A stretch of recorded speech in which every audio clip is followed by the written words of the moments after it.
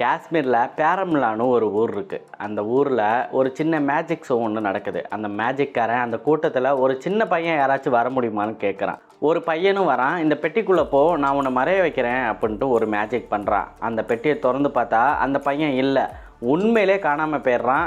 அவனோட முடி மட்டும் கொஞ்சோண்டு அங்கே இருக்குது. ஒரு நாள் ஆச்சு, 2 நாள் ஆச்சு, பல நாள் ஆகியும் அந்த பையன் வரவே இல்லை. அதை தொடர்ந்து அந்த ஊரில் சின்ன பசங்கள்லாம் இதே மாதிரி மர்மமான முறையில் வந்து காணாமல் போகிறாங்க.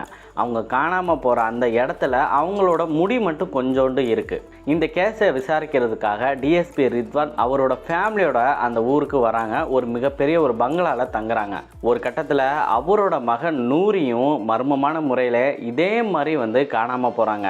இந்த கேஸை அவர் எப்படி சால்வ் பண்ணுறாரு, என்ன ஒரு மர்மமான விஷயம் வந்து அங்கே நடக்குதுங்கிறதாங்க இந்த படத்தோட ஸ்டோரி. படத்தை ஃபேமிலியோடய பார்க்கலாம். ஒரு நல்ல டிஃப்ரெண்ட்டான ஸ்டோரி, நல்ல ஹாரராக மேக்கிங் பண்ணியிருக்காங்க.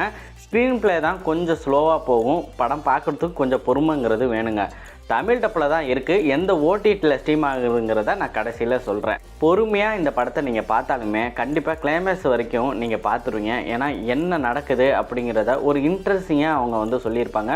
நல்லா டிஃப்ரெண்ட்டாகவும் இருந்துச்சு. அடுத்தடுத்து என்ன நடக்க போகுதுன்னு உங்களால் கணிக்க முடியாது. ஆர்எஸ்சின் மேக்கிங்னா சூப்பராக பண்ணியிருக்காங்க. பேக்ரவுண்ட் மியூசிக் கேட்குறதுக்கு நல்லாயிருக்கு, விசுவல் நல்லாயிருக்கு, கிராஃபிக்ஸும் ரொம்ப நல்லா பண்ணியிருக்காங்க. படத்தோட பட்ஜெட்டுக்கு ஏற்ற மாதிரி தமிழ் டப்பில் இருக்கிறதுனால தமிழ் டப்பும் ரொம்ப நல்லா பண்ணியிருக்காங்க.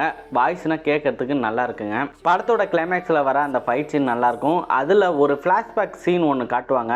அதை காட்டின அந்த விதமும் எடிட்டிங்கும் நல்லா ஒர்க் அவுட் ஆகிருக்கு. நெட்ஃப்ளிக்ஸில் இந்த படம் இப்போ ஸ்ட்ரீம் ஆகிட்டுருக்கு தமிழ் டப்பில். IMDb ரேட்டிங் 10க்கு 7 கொடுத்துருக்காங்க. 48% இந்த ஃபிலிமை கூகுள் யூசர் வந்து லைக் பண்ணியிருக்காங்க. இதே மாதிரி மூவி ரிவ்யூக்கு நம்மளோட சேனலையும் சப்ஸ்கிரைப் பண்ணி வச்சுக்கோங்க.